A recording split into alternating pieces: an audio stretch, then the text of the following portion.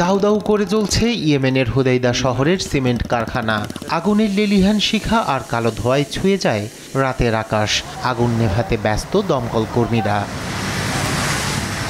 মাগরিবের নামাজের পর হুতি সংগঠন নিয়ন্ত্রিত ইয়েমেনের বন্দর নগরী হুদাইদা সহ আরও কয়েক জায়গায় সোমবার তাণ্ডব চালায় ইসরায়েল। শুধু ইয়েমেনই নয়, সিরিয়া, লেবানন ও গাজাতেও একযোগে হামলা চলে।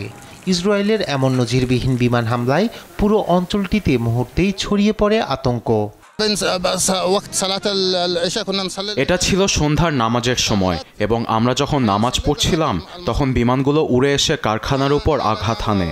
আমাদের ছেলেরা ভেতরে ছিল, তাই আমরা দৌড়ে নামাজ ছেড়ে বেরিয়ে আসি। অনেকেই ভেতরে আটকা পড়ে মারা যায়। আমরা স্রষ্টার নিকট তাদের জন্য প্রার্থনা করি। আইডিএফ বিবৃতিতে জানায়, ইসরায়েলের বেনগুরিয়ন আন্তর্জাতিক বিমানবন্দরে হুতির ব্যালিস্টিক ক্ষেপণাস্ত্র হামলার জবাবেই অঞ্চলটিতে শত্রুদের লক্ষ্যবস্তুতে এ অভিযান পরিচালনা করা হয়। এ অভিযানের জন্য ইসরায়েল থেকে উড়িয়ে নেওয়া হয় 20টি ফাইটার জেট। তবে আল জাজিরার প্রতিবেদন বলছে 20টি নয়, হামলায় 30টি যুদ্ধ বিমান ব্যবহার করে তেল আবিব। আর পুরো ঘটনাটি তেল আবিবের বিমান বাহিনীর কমান্ড সেন্টার থেকে পর্যবেক্ষণ করেন প্রধানমন্ত্রী নেতানিয়াহু।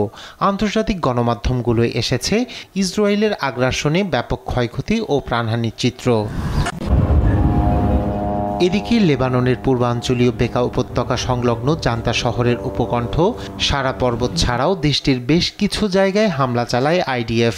এতে টার্গেট করা হয় হিজবুল্লাহ সংশ্লিষ্ট অবকাঠামো। মধ্যপ্রাচ্যে ইসরায়েলের একযোগে এমন বিমান হামলাকে ইরানের জন্য বড় সতর্কতা হিসেবে দেখা হচ্ছে। কারণ ইসরায়েলি বিমানবন্দরে হুতি হামলা চালালেও এর পিছনে ইরানের হাত ছাড়া সম্ভব নয় বলে দাবি করেছে নেতানিয়াহু প্রশাসন। যদিও এ অভিযোগকে শুরুতেই ভিত্তিহীন বলে আসছে তেহরান।